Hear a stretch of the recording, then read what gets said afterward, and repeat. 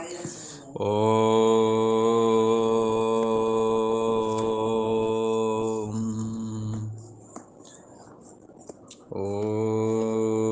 गुरुर्ब्रह्मा गुरुविष्णु गुरुदेव महेश्वरः गुरुसाक्षात् परं ब्रह्म तस्मै श्री गुरुवे नमः।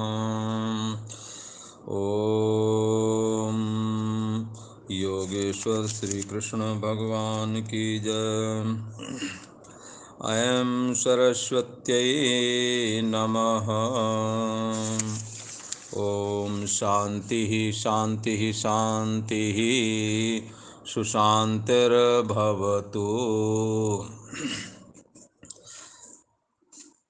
पूर्व में जो प्रसंग चल रहा था वो ज्ञान का प्रसंग था, और ज्ञान का प्रसंग ये भगवान श्री कृष्ण ने 11वें से लेकर के 30वें श्लोक तक कथन किया। शुरुआत भगवान श्री कृष्ण ने ऐसे की है, अर्जुन के वचन सुन करके उन्होंने कहा कि शोक न करने योग्य लोगों के लिए शोक करते हो और विद्वानों जैसी बात कहते हो। तुम्हारे अंदर विद्वानों जैसे आचरण नहीं है और ना ही उनकी जैसी समझ है। तो विद्वानों की क्या आचरण है, उनकी समझ क्या होती है, उस समझ का भगवान श्री कृष्ण अर्जुन के प्रति 11वें श्लोक से लेकर 30वें श्लोक तक उस समझ का वर्णन करते हैं कि विद्वान लोग किस समझ का आश्रय लेकर के रहते हैं कि उनको जिनके प्राण चले गए हैं उनके लिए भी शोक नहीं होता और जिनके प्राण नहीं गए उनके लिए भी शोक नहीं होता। इस बात को लेकर के भगवान श्री कृष्ण ने अर्जुन के अंदर जो ये शंका आई थी कि मैं मर जाऊंगा या ये सब मर जाएंगे, उसका निवारण करते हुए कहा कि हे अर्जुन, सबका अस्तित्व अजर अमर अविनाशी है, इसलिए शरीर ही बदलता है, न कि इस अस्तित्व का मरण होता है। अस्तित्व का मरण नहीं होता, अस्तित्व मरता ही नहीं है, ऐसा अर्जुन को प्रबोध कराया और ये बात बताई कि किस तरह से ये देह का छूटना, एक कपड़े के पुराने कपड़ों को त्याग कर नए कपड़े का जैसे ग्रहण किया जाता है, उसी प्रकार से शरीर का ग्रहण और त्याग है। और इसका ग्रहण और त्याग ऐसे ही होता है जैसे अवस्थान्तर होती है। जैसे जागृत अवस्था संपूर्ण बदल जाती है देह और इसका जगत, और स्वप्न दिखता है, कितना दुख हुआ, कितना कष्ट हुआ, स्वाभाविक बदलती है। और फिर स्वप्न से इन दोनों का भी, स्वप्न और जागृत जगत दोनों का अभाव हो जाता है, तो तीसरी अवस्था जड़ता आती है, फिर इसका भी अभाव होता है, जागृत आ जाता है। ऐसे ही जैसे अवस्थान्तर होते हैं ऐसे ही देहांतर होता है। जैसे बचपना जवानी में जाता है, जवानी बुढ़ापे में तब्दील होती है, इसी प्रकार से इस जीवात्मा का देह भी, जीवात्मा का देह देहांतर के रूप में तब्दील हो जाता है, अर्थात दूसरे देह को प्राप्त कर लेता है, न कि मर जाता है। इस जीवात्मा के अंदर जो देह मैं हूँ ऐसा, और जगत के देह और जगत के प्रति जो सत्यता बुद्धि है, और जो परछिन्न व्यक्तित्वपना रूप जो ये जीव है, ये दोनों भाव जब बाधित हो जाते हैं तब ये सच्चे अर्थों में जीव का निर्वाण हो जाता है। सदा सदा के लिए शरीर धारण करने का, माता के उदर में उल्टा लटकने का, नाना प्रकार के कर्मों का जो बंधन है उससे इसे छुटकारा प्राप्त हो जाता है। जब ये जीव अपना आश्रय प्रकाशक जो आत्मा है उसको मैं बुद्धि स्वीकार करके, और देह और जगत को अहम बुद्धि से जो स्वीकार किया उसको नकार देता है, और अपना आश्रय प्रकाशक जो आत्मा है उसको अहम बुद्धि करके वो मैं ही हूँ ऐसा स्वीकार करता है, तो ये साधक धन धन हो जाता है। इसीलिए इस अस्तित्व का कभी विनाश नहीं होता है। जिसका विनाश नहीं होता वही तुम्हारी सच्चे अर्थों में मैं है। जिसका विनाश होता है देह और इंद्रियां, जगत, ये तुम्हारी मैं है ही नहीं। तुम्हें सिर्फ इतना करना है, इसको अपनी मैं नहीं मानना है। तुम्हारा अपना मैं अस्तित्व है, उस अस्तित्व को मैं करके स्वीकार करें।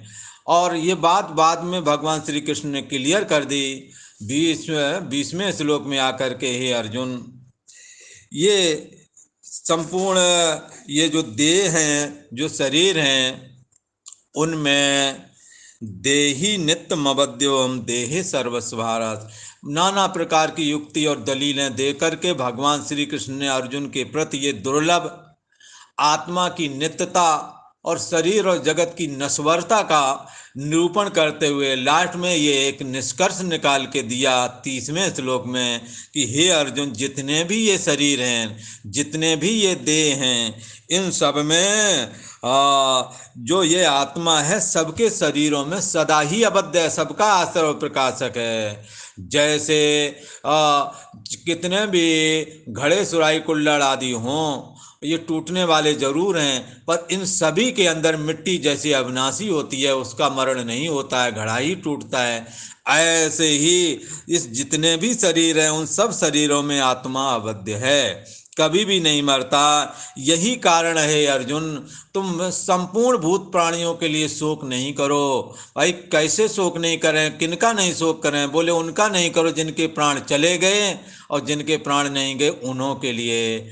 इस प्रकार से भगवान श्री कृष्ण ने जहाँ से ये विषय उठाया वहाँ आकर के इसको पूरा क्लियर करके और आत्मा की नित्यता का निरूपण कर दिया।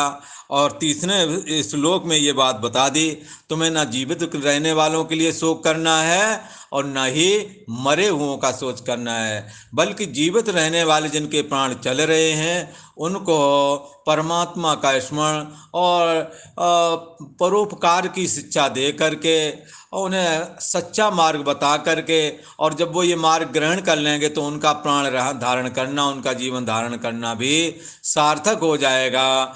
ऐसा कहा, और जिनके प्राण चले गए उनका कोई मरण नहीं हुआ, उनका अस्तित्व जिंदा है। हम तुम ये राजा लोग पहले भी थे, अभी हैं और बाद में भी रहेंगे।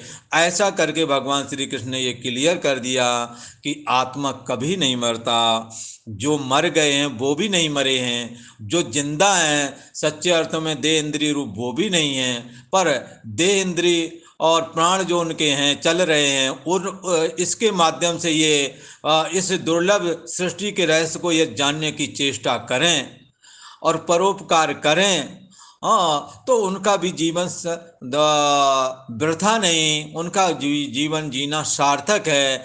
तो वो भी सोचनीय नहीं और वो भी सोचनीय नहीं, इसलिए व्यर्थ का शोक क्यों करते हो अर्जुन? इस शोक का त्याग करके और तुम युद्ध आदि जो अपना कर्तव्य है उस अपने कर्तव्य कर्म को करने के लिए खड़े हो जाओ। ऐसा कहा, तुम शोक करने के योग्य नहीं हो। और हे अर्जुन, यदि अपने राजधर्म की दृष्टि से देखें तो आप क्षत्रिय हैं, और क्षत्रिय का काम होता है प्रजा को और अपने समाज को शत्रुओं से रक्षा करना। तो तुम्हारे ऊपर शत्रुओं ने हमला किया है, शत्रु सामने सेनाएं लेकर के खड़े हैं, ऐसा स्थिति प्राप्त हुई है, ये एक धर्म युद्ध है। और ऐसे में तुम्हारा शरीर कांप रहा है, धनुष गिर रहा है, तो ये कोई अच्छी बात नहीं है। ज्ञान की दृष्टि से यदि देखें तो भी तुम्हें सोचना करना चाहिए, क्योंकि आत्मा अजर अमर अविनाशी है।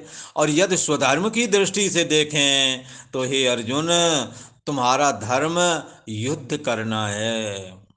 और यदि कोई ब्राह्मण होता उस जगह तो भगवान श्री कृष्ण ऐसा शिक्षा देते हैं, ब्राह्मण तुम्हें गायत्री जपना चाहिए, तपह कर्म करना चाहिए, और भी जो तुम्हारे कर्म हैं उनको आसक्ति और फल की इच्छा से रहित होकर के करो, व्यर्थ का शोक करके बैठ मत जाओ। यदि वो वैश्य होता तो उससे भी कहते कि तुम अपना वाणिज्य व्यापार बंद मत करो, उसको करो। यदि सेवा भाव रखने वाला, जो शास्त्र में जिसको शूद्र शब्द करके कथन किया है, ये बड़ा ही सम्माननीय शब्द है। और यदि कोई ऐसा कोई होता तो उससे भी कहते कि भाई तुम सेवा करो। चारों वर्ण जो सनातन ने दिए हैं हमें, ये चारों वर्ण समान हैं, इनमें कोई ऊंचा नहीं कोई नीचा नहीं, जात कोई भी गंदी नहीं होती है, लोग ही अच्छे और बुरे होते हैं। इसलिए किसी भी जात के प्रति उत्कृष्टता निकृष्टता बुद्धि ना रख करके, अपितु गुणों को पहचान करके सद्गुणी का, तपह कर्म करने वाले का, जो आचार्यवान हैं, जो विद्या विनय संपन्न हैं, जो दूसरों के हित में लगे रहते हैं और जो मेहनत का कमाते और खाते हैं, ऐसे लोगों का सदैव सत्कार करना चाहिए। वो कहीं भी हों कैसे भी हों, जो भगवान का चिंतन करते हैं, जो सतोगुणी वृत्ति में रहते हैं, ये ब्राह्मण का स्वभाव है। तो ये ब्राह्मण का स्वभाव किसी भी वर्ण में हो सकता है। ऐसा कोई भी हो उसे हमें सत्कार करना चाहिए, वो किसी भी वर्ण का हो। इसलिए जाति तो एक व्यवस्था बनाने के लिए दी गई है, ना कि एक दूसरों को के प्रति नफरत फैलाने के लिए। हमने नफरत नहीं फैलानी है, हमने सबसे प्रेम करना है, सबका आदर करना है, सब हमारे हैं, ऐसा जान करके मेल मिलाप पूर्वक प्रेम पूर्वक हमने साथ में रहना है। जैसे चार वर्ण होते हैं, ऐसे शरीर के भी हम चार भाग कर सकते हैं। ब्राह्मण भाग सर कहलाता है, क्षत्रिय भाग भुजाएं कहलाती हैं, वैश्य भाग कमर कहलाता है और शूद्र भाग चरण कहलाते हैं। तो शरीर का भी यदि डिवाइड करें तो हम देखेंगे ऋषियों ने कैसी बढ़िया व्यवस्था दी है। जो शरीर में जो शूद्र भाग चरण हैं, जो भी आता है सनातन परंपरा के अनुसार उन्हीं चरणों का स्पर्श करता है, उन्हीं में अपना मत्था टेकता है, क्योंकि चरण ना हो तो ये शरीर नहीं चल सकता है। इसी प्रकार यदि कमर से आदमी कमर जिसकी कमज़ोर है वो आदमी खड़ा नहीं रह सकता। हाँ, कमर मजबूत होना मांगता है। इसी प्रकार से ये भुजाएं हैं, जिनकी भुजाएं मजबूत नहीं हैं वो क्या करेगा। और जिसका इसी प्रकार सर, जिसका दिमाग नहीं चलता वो क्या कर सकता है। इसलिए ये चारों एक दूसरे के प्रति, ये चार जो हैं एक दूसरे के पूरक हैं। यदि दिमाग ना हो शरीर पूरा बर्बाद, हाँ कुछ भी नहीं हो सकता। इसलिए पागल किसी काम के नहीं, उनका शरीर हृष्ट पुष्ट है पर वो किसी काम के नहीं रह जाते। एक लकड़ी और पागल में कुछ अंतर नहीं। जैसे लकड़ी जड़ है वैसे उनका दिमाग ना होने की वजह से उनका शरीर भी जड़ है। उनके प्राण बेशक चलते दिखें पर वो जड़ ही हैं। और इसी प्रकार जिनकी भुजाएं निष्फल हो गई या किसी कारण पोलियो आदि चल मार गया है, वो भी निष्क्रिय हो जा, लगता है किसी काम का जीवन नहीं रह गया।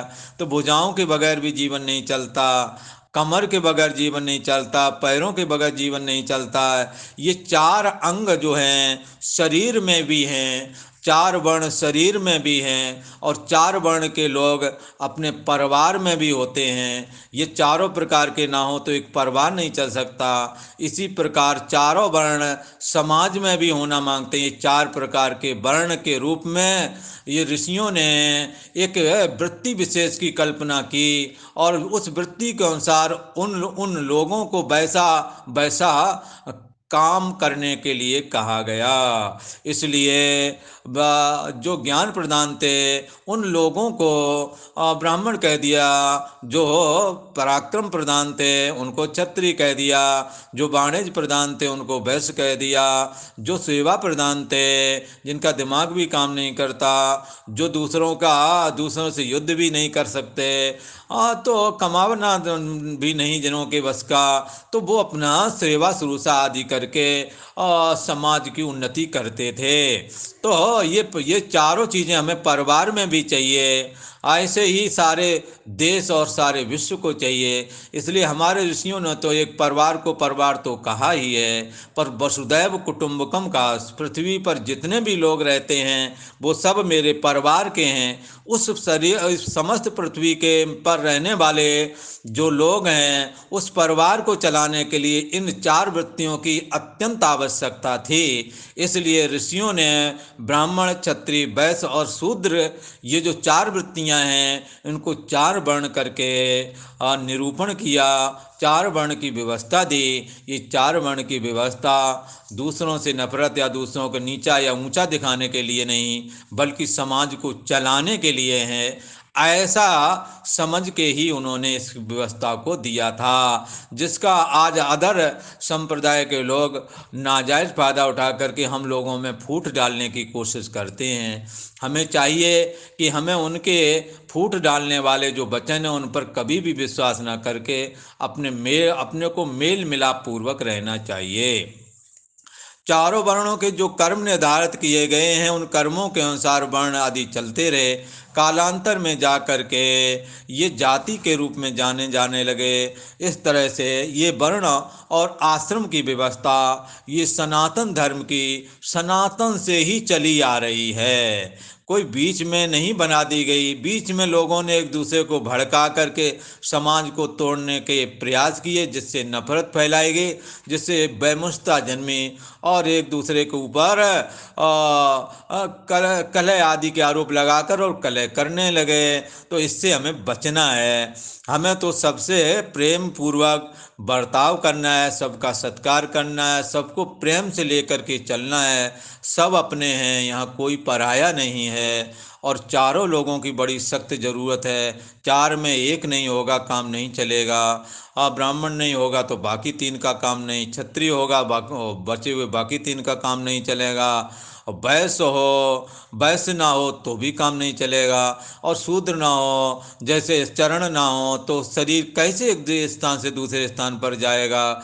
तो इन चारों की अत्यंत आवश्यकता है। इन चारों के काम बटे हुए हैं। जैसे सर जो ब्राह्मण उसका काम दिमाग से काम करना है, और क्षत्रिय जो भुजाएं हैं उनका हाथ से उधर उधर सामान रखना आदि का काम है। और जो कमर है, कमर के शरीर सारे शरीर को मजबूती कमर दे रहा है। इसी प्रकार चरण है तो चरण के भी अपने काम हैं। इसी प्रकार चारों वर्णों के भी अपने काम हैं। तो भगवान श्री कृष्ण अर्जुन को वर्ण के हिसाब से कहते तुम क्षत्रिय हो, और क्षत्रिय का काम है समाज की रक्षा करना। और आप क्षत्रिय तो हैं ही, साथ में राजा भी हैं। और राजा होकर के जो ये पलायन वाली बात कह रहे हो ये ठीक नहीं है। क्षत्रिय धर्म के अनुसार भी यदि देखें तो भी तुम्हारा ऐसा कहना, ऐसी चेष्टा करना ठीक नहीं है। भगवान श्री कृष्ण कहते हैं स्वधर्ममपि चावेक्ष ना विकम्पितुमर्हसि धर्म्यादियुद्धाश्रयोऽन्यत् क्षत्रियस्य न विद्यते। और हे अर्जुन, अपने धर्म को देख करके भी तुम्हें इस तरह से भयभीत नहीं होना चाहिए था। ना विकम्पित अर्हसि, तुमको इस प्रकार से जो तुम भय कर रहे हो, जो भयभीत से दिखते हो, इस तरह से तुम्हें नहीं करना चाहिए, क्योंकि तुम क्षत्रिय हो और तुम राजा हो, और तुम्हें मुकाबला करना है शत्रुओं से। इसलिए आपको ये ठीक नहीं, उचित नहीं, क्योंकि क्षत्रियस्य धर्म्यात् युद्धात् अन्यत् श्रेया न विद्यते। क्योंकि क्षत्रिय के लिए धर्मयुक्त जो ये युद्ध है, धर्ममय जो युद्ध है, धर्म युद्ध है, ये इससे बढ़कर के और कल्याणकारी कोई चीज़ नहीं। सामने से लड़ कर के योद्धाओं का एक दूसरे के संघर्ष में जो वीर गति को प्राप्त होते हैं, शस्त्र के आघात से उनको योगियों की गति प्राप्त होती है। इसलिए धर्म में युद्ध प्राप्त हुआ है।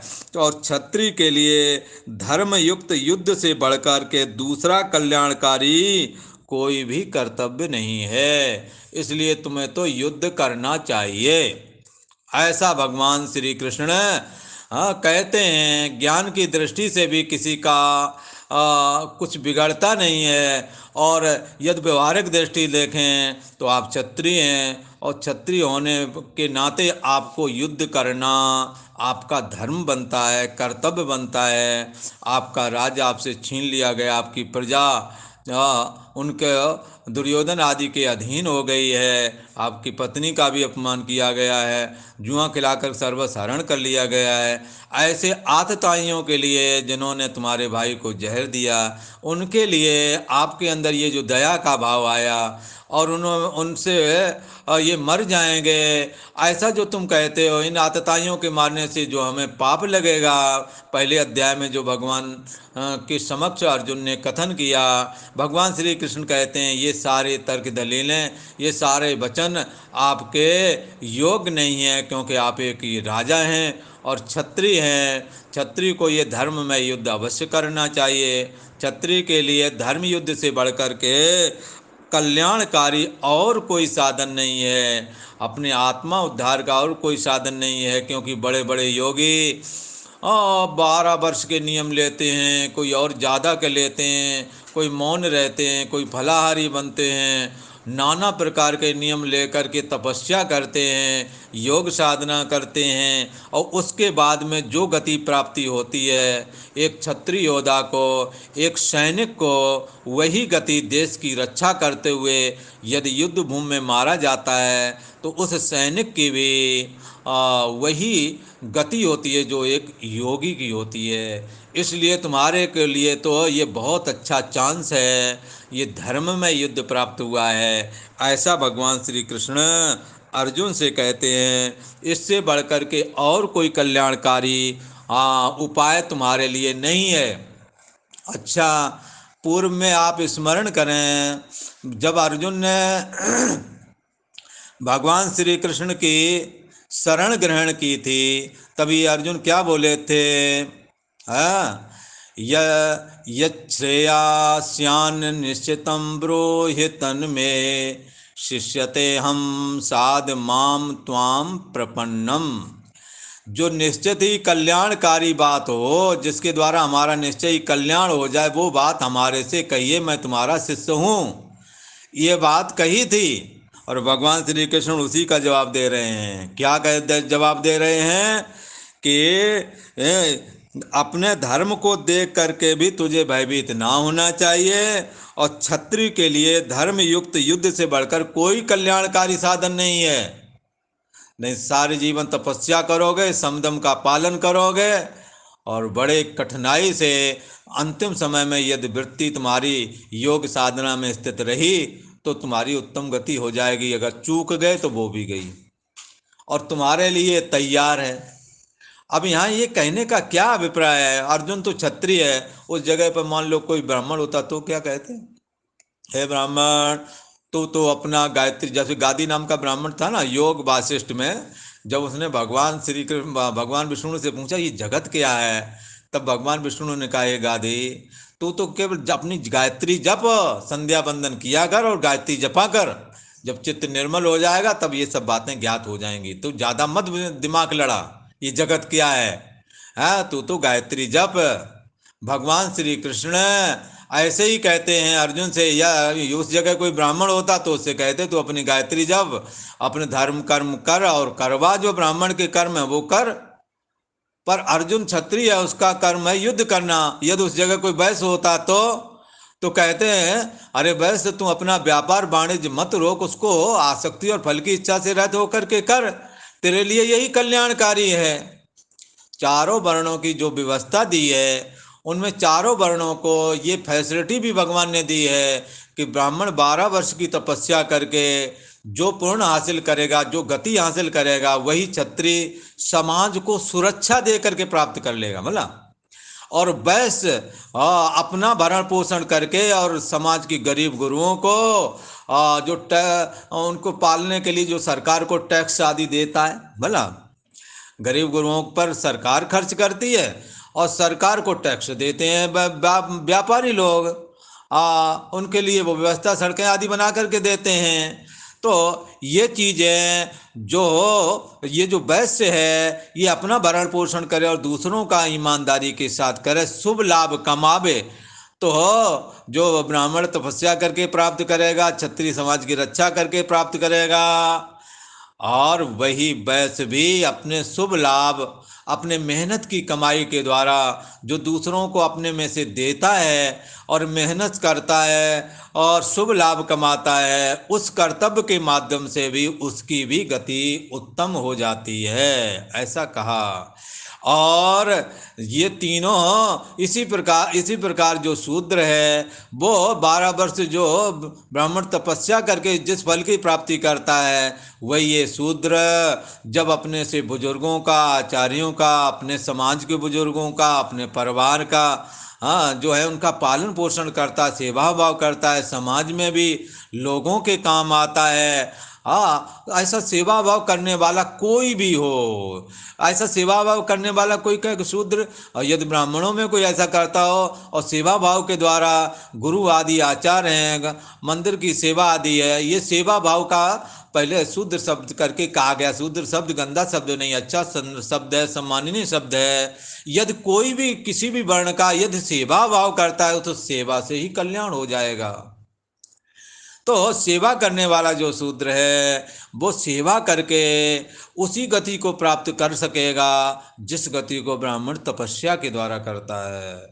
आगे भगवान श्री कृष्ण कहते हैं कि जिस परमात्मा से ये अनादि सृष्टि परंपरा चली आ रही है, उस परमात्मा को यदि जानना है तो अपने वर्ण और आश्रम के अनुसार जो तुम्हारे कर्म हैं, उन कर्मों को निष्काम भाव से करके और परमात्मा श्री कृष्ण को अर्पण कर दो। इससे सब भगवान श्री कृष्ण जिस तपस्या के द्वारा ब्राह्मण तपस्या के द्वारा जो भगवान को संतुष्ट करता है, उसी तरह से ये सेवा करने वाला भी भगवान को संतुष्ट करता है। यदि आपको विश्वास नहीं है तो आप रामायण खोल के देखें। सबरी ने झाड़ू लगा करके, और साधु महात्मा इस रास्ते से जाएंगे, उन्हें कहीं कांटे न लग जाएं, इसलिए रास्ता साफ करती थी। इस सेवा के द्वारा अपने चित्त को बड़ा ही निर्मल और भक्ति युक्त बना लिया, जिसकी वजह से भगवान राम उसके यहाँ पहले गए, बाद में ऋषियों के पास बाद में गए, पहले सबरी के पास गए। और वो ऐसी सेवा भाव और गुरु के बताए हुए मार्गदर्शन में जप तप आदि साधना करती, वो त्रिकालज्ञ भी थी, बोला तीनों कालों की जानने वाली थी। उसने भगवान राम को सुग्रीव से मिलने के लिए कहा था, जाओ तुम सुग्रीव से मित्रता करो। उसे दिखता था कि आगे क्या होने वाला है। तो सेवा से सब कुछ हो सकता है, जो नहीं करता है उसका दुर्भाग्य है। करे बगैर सेवा कैसे होवेगी। इसलिए जीवन में अकर्मण्यता से बढ़कर के और कोई बड़ा दोष नहीं। अकर्मण्य नहीं बनना है, शरीर को चलाते रहना है। वरना बंधुओं, यदि सेवा आप नहीं करेंगे, अपने काम नहीं करेंगे, तो आप डॉक्टर के यहाँ जाएंगे तब वो कहेगा एक्सरसाइज करो, 2 किलोमीटर दौड़ के जाओ, 2 किलोमीटर दौड़ के वापस आओ। ये व्यर्थ के काम तुम्हें बताए जाएंगे। अच्छा हो कि तुम अपने घर में रहकर अपने कुछ झाड़ू पोंछा वाले काम कर लो, कुछ झाड़ू लगा लो, हाँ, किसी के काम आ जाओ, तो उस व्यर्थ की कसरत करने के बजाय आपकी सेवा भी हो जाएगी। इसी का नाम कर्मयोग है। आसक्ति और फल की इच्छा से रहित होकर के, हाँ, बदले में कुछ ना चाह करके दूसरों की जो सेवा की जाती है, उसी का दूसरा नाम गीता में कर्मयोग है।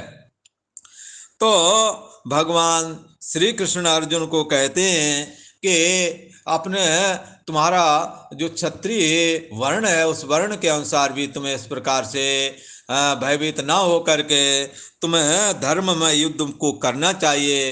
और उस धर्म युद्ध के करने से तुम्हारे को जो दुर्लभ कल्याणकारी जो बात तुमने पूछी थी, जिससे मेरा निश्चय ही कल्याण हो जाए, ऐसी बात जो तुमने पहले पूछी थी, वो बात इसी धर्म का पालन करने से तुम्हारे को तुम्हारा जो कल्याण की जो इच्छा है वो तुम्हारा कल्याण हो जाएगा। इसलिए तुम्हारे लिए धर्म में युद्ध से बढ़कर के और कोई कल्याणकारी साधन नहीं है, ऐसा कहा। और कोई कल्याणकारी काम नहीं है जिसे कर लें और आपका हित हो जाए। यही एक ऐसा काम है जिसे तुम्हारा निश्चय ही हित होवेगा। ऐसा कहा। भगवान श्री कृष्ण कहते हैं, हे अर्जुन, यद्रक्षया चोपपन्नम स्वर्गद्वारमपावृतम् सुखिनः क्षत्रियाः पार्थ लभन्ते युद्धमीदृशम्।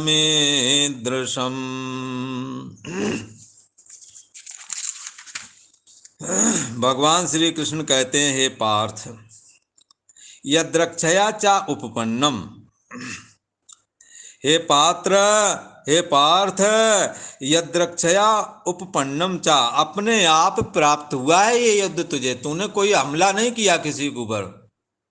तेरे लिए इन शत्रुओं का सामना करना धर्म बनता है। तेरे लिए धर्म में युद्ध है। शत्रुओं ने तुझ पर हमला किया है, तेरे राज्य को छीना है। हे अर्जुन, ये अपने आप प्राप्त हुआ है।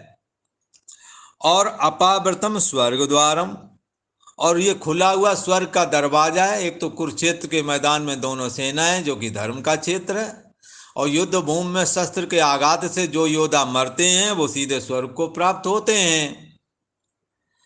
भगवान श्री कृष्ण कहते हैं, अपने आप प्राप्त हुए और खुला हुआ ये जो स्वर्ग का दरवाजा है। ईदृशम युद्धम सुखना क्षत्रिया लभन्ते, इस प्रकार के युद्ध को कोई भाग्यशाली क्षत्रिय ही प्राप्त करते हैं। सभी को ऐसे युद्ध नसीब नहीं होते हैं। कौरवों की ओर से भी लड़ने वाले योद्धा दुर्योधन दुशासन आदि को यदि छोड़ दें तो उधर पक्ष के योद्धा भी बड़े धर्मात्मा योद्धा हैं, और तुम्हारी तरफ के भी धर्मात्मा योद्धा हैं।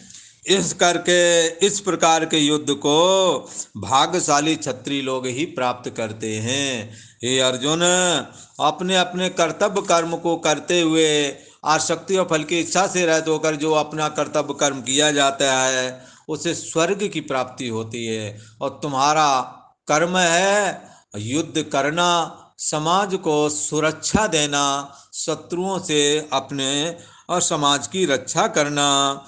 तो इस तरह से हे पार्थ, अपने धर्म की दृष्टि से यदि देखें तो अपने आप ये खुला हुआ स्वर्ग का दरवाजा प्राप्त हो गया है तुम्हें। इस प्रकार के युद्ध को भाग्यशाली क्षत्रिय लोग ही प्राप्त करते हैं, ऐसा कहा। भगवान श्री कृष्ण कहते हैं, हे अर्जुन, अब कहते हैं, अथ चेत्त्वमिमं धर्मं संग्रामं न करिष्यति ततः सुधर्मं कीर्तिं च हित्वा पापमवाप्स्यसि। अथ चेत तुम इदं संग्रामं इमं धर्मं संग्रामं न करिष्यसि, यदि कहो, अथ चेत त्वम इदम धर्मम संग्रामम न करिष्यति, यदि कहो कि यदि तुम इस धर्म युक्त युद्ध को नहीं करोगे, किंतु यदि तू इस धर्म युक्त युद्ध को नहीं करेगा, ततः स्वधर्मम चा कीर्तमित्वा पापम अवाप्स्यति। तो हे अर्जुन, तेरे का स्वधर्म, अपना तूने धर्म छोड़ दिया है ऐसा समझा जाएगा। बोले कैसा धर्म? धर्म तो सनातन धर्म हम पकड़े हुए हैं। अरे भाई, सनातन धर्म पकड़े हुए हो पर कर्तव्य पालन तो नहीं कर रहे हो। तुम राजा हो, तुम क्षत्रिय हो, तुम्हारा धर्म बनता है समाज को सुरक्षा देना, शत्रुओं का सामना करना, पीछे भागे चले जा रहे हो, गांडीव तुम्हारा गिरा जा रहा है, कांप रहे हो। ये कौन सी बात रही? इस धर्म में युद्ध को तुम्हें करना चाहिए, ना कि इस तरह से भागना चाहिए। किंतु यदि तुम इस धर्म युद्ध को नहीं करोगे तो तुमने अपने धर्म का त्याग कर दिया, अपने कर्तव्य कर्म का त्याग कर दिया। जो क्षत्रिय होने के नाते जो तुम्हारा धर्म बनता था उस धर्म का तुमने अपना त्याग कर दिया है, ऐसा माना जाएगा। और फिर क्या होगा? कीर्ति मित्वा, तुम्हारी कीर्ति भी नाश को प्राप्त हो जाएगी। बोले हमारी कीर्ति क्या है महाराज जो नाश हो जाएगी? बोले तुम्हारी कीर्ति दुनिया में ये है, न दैन्यम न च पलायनम, अर्जुन जो है युद्ध में कभी दीन नहीं होता और पीछे नहीं हटता है। युद्ध भूमि में एक कदम पीछे नहीं हटता, ऐसा अर्जुन है। ऐसी प्रसिद्धि तुम्हारे विषय में है, यदि तुम अपने स्वधर्म का, अपने क्षत्रिय धर्म का यदि पालन नहीं करोगे तो तुम्हारे को ये अपकीर्ति लग जाएगी, अपयश फैलेगा कि अर्जुन के प्रति जो ये प्रसिद्धि थी कि वो युद्ध में दीनता को प्राप्त नहीं होता है और पीछे नहीं हटता, ये दोनों ही बातें लोग देखेंगे ये निष्फल हैं। अर्जुन तो डरता भी है, भयभीत भी है और युद्ध से पीछे हट रहा है, तो ये तुम्हारी जो कीर्ति थी वो खत्म होकर के तुम्हें अपयश प्राप्त होवेगा है। इस कीर्ति को खो करके तुम पाप को ही प्राप्त करोगे। इसलिए हे अर्जुन, तुम्हें ये धर्म में संग्राम करना चाहिए और अपना कर्तव्य कर्म जो है, अपना जो धर्म है उसका पालन करना चाहिए। किसी ने कहा हम पति पत्नी है, हमारे बच्चे, हमारा क्या धर्म है? अरे भाई, तुम्हारा धर्म है पत्नी का पति की सेवा करना और पति का कर्तव्य है पत्नी की हर जरूरतों को उस जरूरत आने से पहले ही उसकी पूर्ति करना है। तो क्या आवश्यकता घर परिवार में, वो सबकी पूर्ति करना। तो एक दूसरे के प्रति परस्परम भाइवंतः श्रेया परम अवाप्स्यति, एक दूसरे की मदद करके उन्नति को प्राप्त होवें।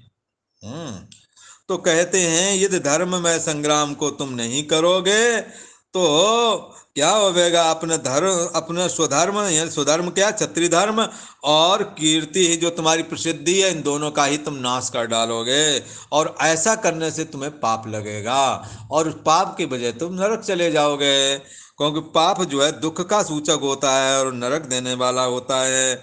और भगवान श्री कृष्ण अर्जुन से और भी कुछ कहते हैं, उसे ध्यान दे करके सुने। भगवान श्री कृष्ण कहते हैं, हे अर्जुन, अकीर्तिम चापि भूतानि कथयिष्यन्ति ते व्ययाम संभावितस्य चाकीर्तिर मरणादतिरिच्यते।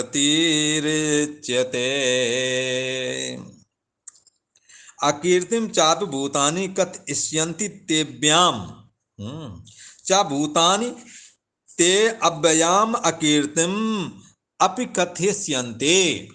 भगवान श्री कृष्ण कहते हैं, हे अर्जुन, ये सब लोग जो है ना वो तेरी अपकीर्ति करेंगे, आपकी निंदा करेंगे। बोले क्या निंदा हमारी कर देंगे? हमने ऐसा कौन सा काम बिगाड़ा? बोले तुम जो युद्ध से भाग रहे हो ये काम नहीं बिगाड़ रहे हो है? और क्या अपकीर्ति कर देंगे? ऐसा हमने गलत काम पहले कभी नहीं किया।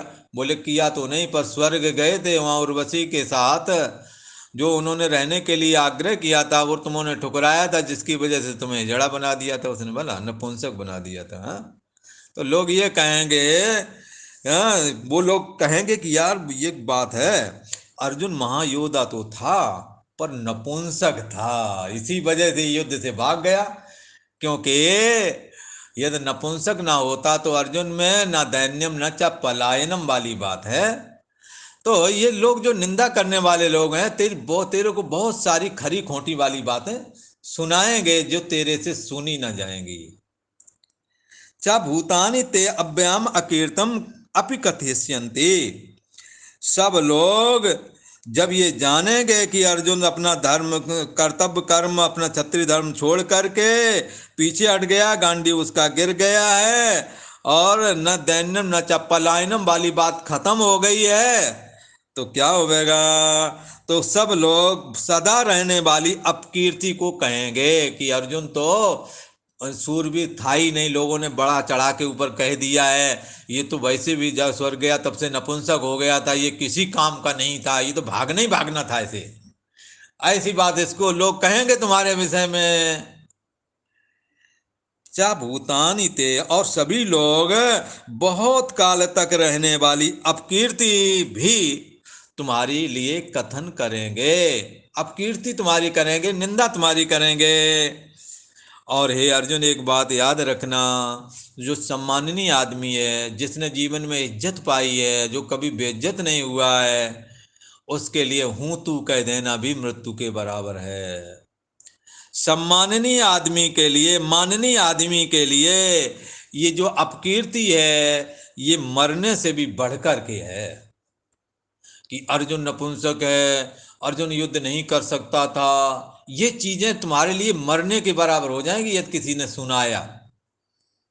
ऐसा भगवान अर्जुन से कहते हैं कि सभी लोग, हाँ, बहुत वर्षों तक, बहुत काल तक रहने वाली जो तुम्हारी अपकीर्ति है उसका कथन करते रहेंगे। ये महायोद्धा स्वर्ग तक गया पर भगोड़ा था, नपुंसक था, इसके बस का कुछ नहीं था। भीष्म पितामह और द्रोणाचार्य जैसे लोगों ने इसको सर पे उठा रखा था।